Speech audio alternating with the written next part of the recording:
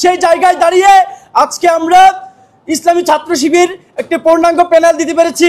সেই প্যানেলে আমরা 25 জনের মধ্যে 20 জন আলহামদুলিল্লাহ জয়লাভ করতে পারছি। রব্বুল আলামিনের দরবারে মস্তক অবনত চিত্তে শুকরিয়া আদায় করি আলহামদুলিল্লাহ। সেজন্য আমরা ধন্যবাদ জানাই এবং সে সকল শহীদ ভাইদের যারা 24 সালের জুলাই আগস্টের আন্দোলনে শহীদ হয়েছেন। একই সাথে আরো স্মরণ করতে চাই আমাদের সে সকল আহত ভাইদের যারা জুলাই আন্দোলন করতে গিয়ে তাদের অনেকে চোখ হারিয়েছেন, অনেকে পা হারিয়েছেন এবং বিভিন্ন অঙ্গহানি হয়েছেন। আমরা মহান আল্লাহ তাআলার কাছে দোয়া করি আল্লাহ তাআলা যেন তাদের জীবনকে সহজ করে দেন। সেই সাথে আজকে যারা নির্বাচিত হয়েছেন আমাদের প্যানেল থেকে 25 জনের মধ্যে 20 জন ভাই নির্বাচিত হয়েছেন, সেই সাথে আরো 5 জন ভাই নির্বাচিত হয়েছেন। আমরা সেই সকল ভাইদেরকে অভিনন্দন জানাই।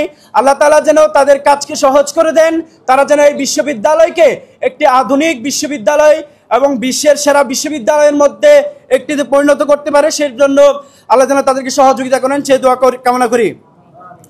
একই সাথে তাদের প্রতি একটা আবেদন থাকবে, তারা যেন তাদের দায়িত্ব যথাযথভাবে পালন করেন। কোনো মতেই যাতে তারা কখনো শিক্ষার্থীদের মতানৈক্যের বিরুদ্ধে গিয়ে কখনো বিরোধী কোনো কাজ না করেন, সেজন্য তাদেরকে আহ্বান জানাবো। কিন্তু বাংলাদেশ ইসলামী ছাত্র শিবির সমন্বিত শিক্ষার্থী জোট প্যানেল থেকে আমি বিপি পদে প্রতিদ্বন্দ্বিতা করেছিলাম।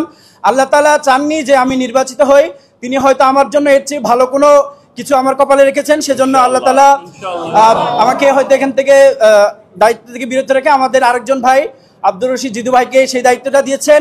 আল্লাহ তাআলা ভাইয়ের কাজকে সহজ করে দিন, ভাইয়ের কাজের মধ্যে বরকত দান করুন। এবং একই সাথে আমি আপনাদের সামনে অনেক সময় বলেছিলাম যে আমি নির্বাচিত হতে পারলে যে যে কাজগুলো করার প্রত্যয় ব্যক্ত করেছিলাম, আমি আব্দুর রশিদ জিদু ভাইকে সেই কাজগুলো বাস্তবায়ন হওয়ার ব্যাপারে সহযোগিতা করবো ইনশাল্লাহ।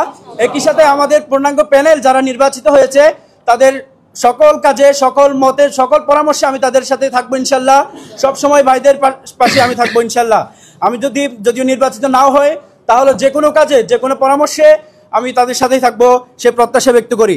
আমরা এমন একটা ক্যাম্পাস চাই যে ক্যাম্পাসে সকল ধর্ম তার নিজ ইচ্ছা অনুসারে পালন করবে, কেউ কাউকে বাধা দিবে না। সকলে তার নিজের সংস্কৃতি ইচ্ছে মতো পালন করবে, কেউ কাউকে বাধা দিবে না।